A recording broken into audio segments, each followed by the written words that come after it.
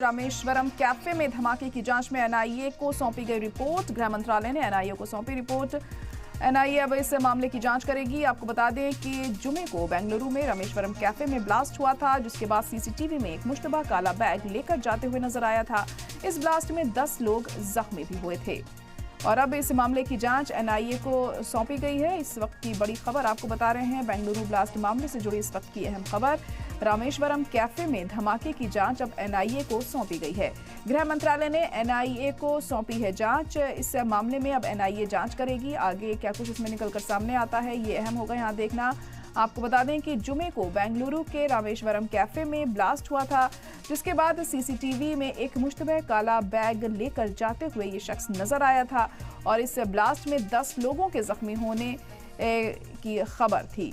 और अब इस मामले की जांच एनआईए को सौंपी गई है। सीसीटीवी फुटेज आने के बाद भी कोई भी बड़ा सुराग अब तक हाथ नहीं लग पाया है इस मामले में, तो अब गृह मंत्रालय ने इस मामले की पूरी जांच एनआईए को सौंप दी है। अब एनआईए किस तरीके से जांच करती है और क्या कुछ इसमें निकलकर सामने आता है, क्या कुछ ऐसे सबूत होते हैं जिनके जरिए पता चल पाएगा कि आखिर कौन इस ब्लास्ट के पीछे था, ये देखने वाली बात होगी। क्योंकि सीसीटीवी फुटेज जरूर सामने आया था कि एक मुश्तबह शख्स से काला बैग लेकर आया था और उसी की वजह से ये ब्लास्ट हुआ था। और उसके बाद अब कई अहम सुराग लग सकते हैं सीसीटीवी फुटेज के जरिए जब एनआईए इस मामले में आगे की जांच करेगी। तो फिलहाल इस मामले की जांच एनआईए को सौंप दी गई है। बेंगलुरु के रामेश्वरम कैफे में ये ब्लास्ट हुआ था, जुमे के दिन ये ब्लास्ट हुआ था और इसमें 10 लोगों के जख्मी होने की खबर सामने आई थी।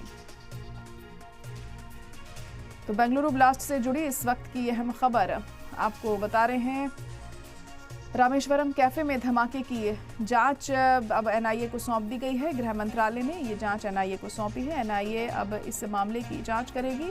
और साथ ही बता दें कि जुमे को बेंगलुरु के रामेश्वरम कैफे में ब्लास्ट हुआ था, जिसके बाद सीसीटीवी में एक मुश्तबा काला बैग लेकर नजर आया था और इस फुटेज के जरिए ऐसा माना जा रहा था कि कई अहम सुराग लग सकते हैं। ये पता चल सकता है कि आखिर इस ब्लास्ट के पीछे कौन है, किसने इस ब्लास्ट को करवाया, उसका क्या इंटेंशन उसकी रही होगी जिसने ये ब्लास्ट करवाया था। ये तमाम ऐसी चीज़ें हैं जिन पर से पर्दा उठना अभी बाकी है। लेकिन सीसीटीवी फुटेज जो ये सामने आया है, इसमें ये शख्स ज़रूर नज़र आ रहा है, लेकिन अभी तक ये नहीं पता चल सका है कि ये शख्स आखिर कौन था और किसके कहने पर इसने इस ब्लास्ट को अंजाम दिया।